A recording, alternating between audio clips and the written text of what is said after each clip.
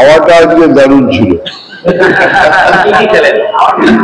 কি খাইনি সেটা বলুন, খুব কম সময়ের জন্য, এবার একটু বেশি সময়।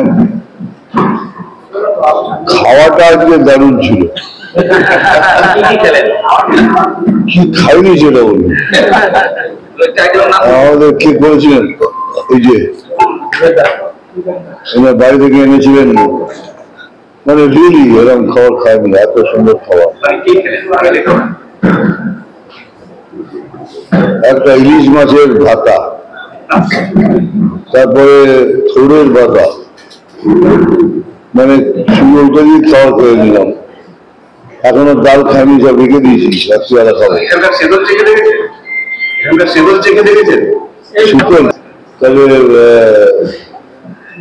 মুখটা খেলাম, তারপরে আপনাদের মাটন ভাজা খেলাম,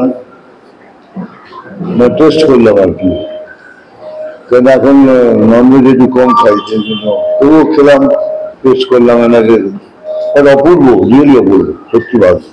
আমরা রাজনৈতিক মিঠুন চক্রবর্তীর সঙ্গে কথা বলবো না গোরাঙ্গ চক্রবর্তী থেকে শুরু করবো, সেটা আপনার ইচ্ছে।